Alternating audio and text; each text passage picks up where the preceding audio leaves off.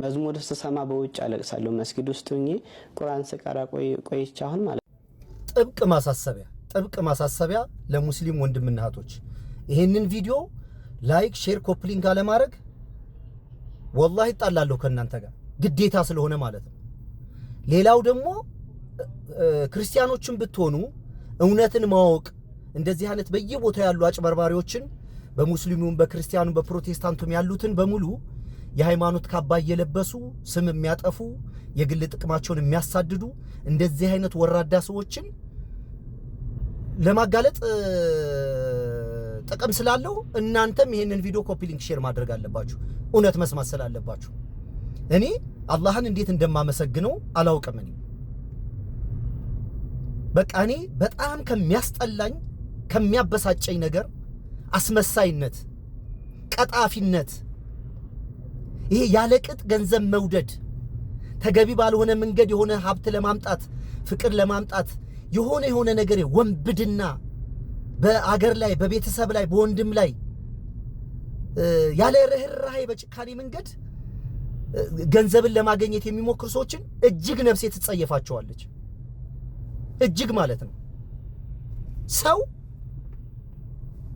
እንዴ ይሄ ተውት ሃይማኖት ምናምን አይኑረው በህሊና ለተፈጠረበት ህግ እንዴት ከራሱ ጋር ይጣላል? ቆሜ ነው ማወራው። ይሄን እንዴት ለዛ ነገር ይጣላል? አሁን ይሄ ልጅ አላህን ለምን አመሰገንክ ባሉኝ በጣም በሚገርም መንገድ አባዶ ነበር የሚኖረው። ይሄ ልጅ የካባዶ እኔ ሲተዋወቀኝ ብሎ ተተዋወቀኝ። ኡስታዝ ዋሂድ ቤት ነው እስልምናን የተቀበልኩት፣ እሱ ቤት ገብቼ ቀድሼ ነበረ ምናምን አለኝ። ኦኬ እሺ። አሁን የኔ ደካማ ጎን ብለው የሚቆጥሩ ሰዎች በኡስታዝ ዋሂድ ነው የሚመጡት። ኡስታዝ ዋሂድም ቢሆን ቼክ አደርጋለሁ እኔ በራሴ። ኦኬ እሺ እስልምናን ከተቀበልክ ስንት ጊዜ እንደዚህ የት ነበርክ? ዲያቆን ነበርኩ መምህር ነበርኩ አለ። ልክ አሁን ሙስሊም ነበርኩ እንዳለ እንደሚያሳየው በሙሉ በኦርቶዶክስ ቤት የነበረውን ሚና አሳየኝ። ኦኬ እሺ በጣም ዲስከስ አደረግን፣ ተወያየን። በጣም ሕያው ምስክር አሉኝ። በሚያስተምሩት በሚመክሩት በሚያግዙት ሙስሊሞች ፊት ሆኜ ነበረ ከሱ ጋር ስወያየ ነበረው። በመጀመሪያ ደረጃ በእንደዚህ አይነት መንገድ እስልምና አይራመድም።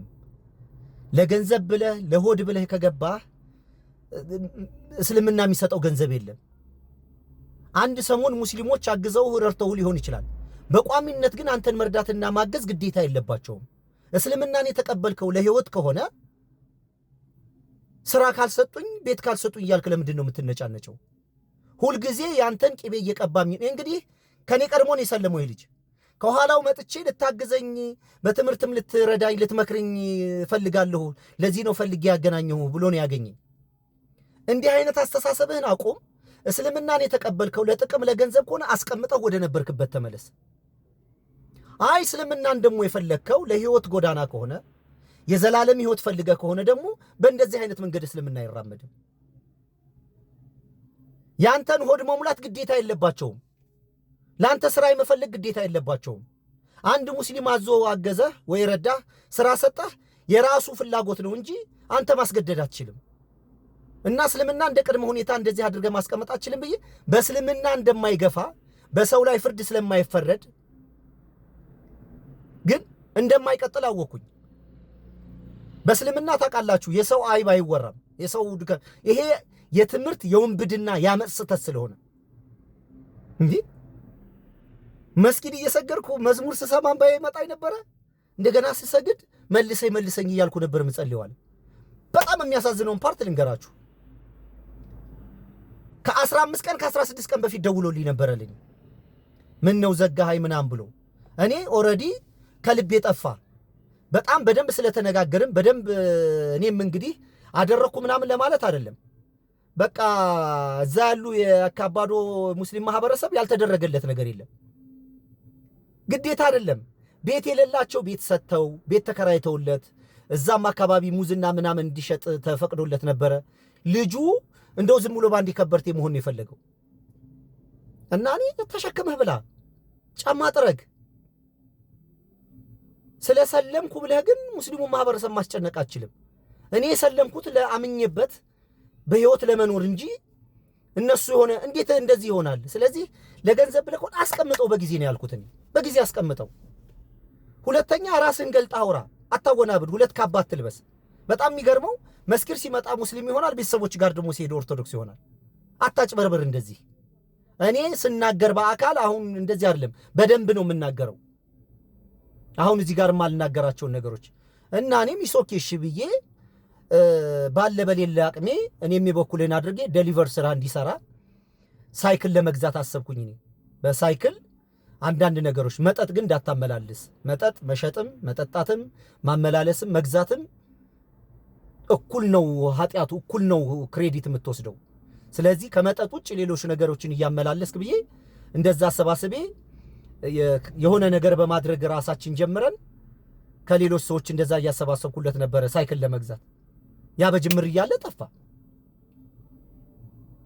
በቃ በእነተድላ በኩል ይሄ ተደርጎልኛል ብለህ ሌሎችን ደግሞ ለማበረታታት ብዬ ጀመርኩ። በመሃል ጠፋ እና ከ15 ቀን ነው ከ16 ቀን በፊት ደወለ። እስልምና ጠልቼው አይደለም፣ ልቤን ታውቃለህ፣ አውርቼሃለሁ።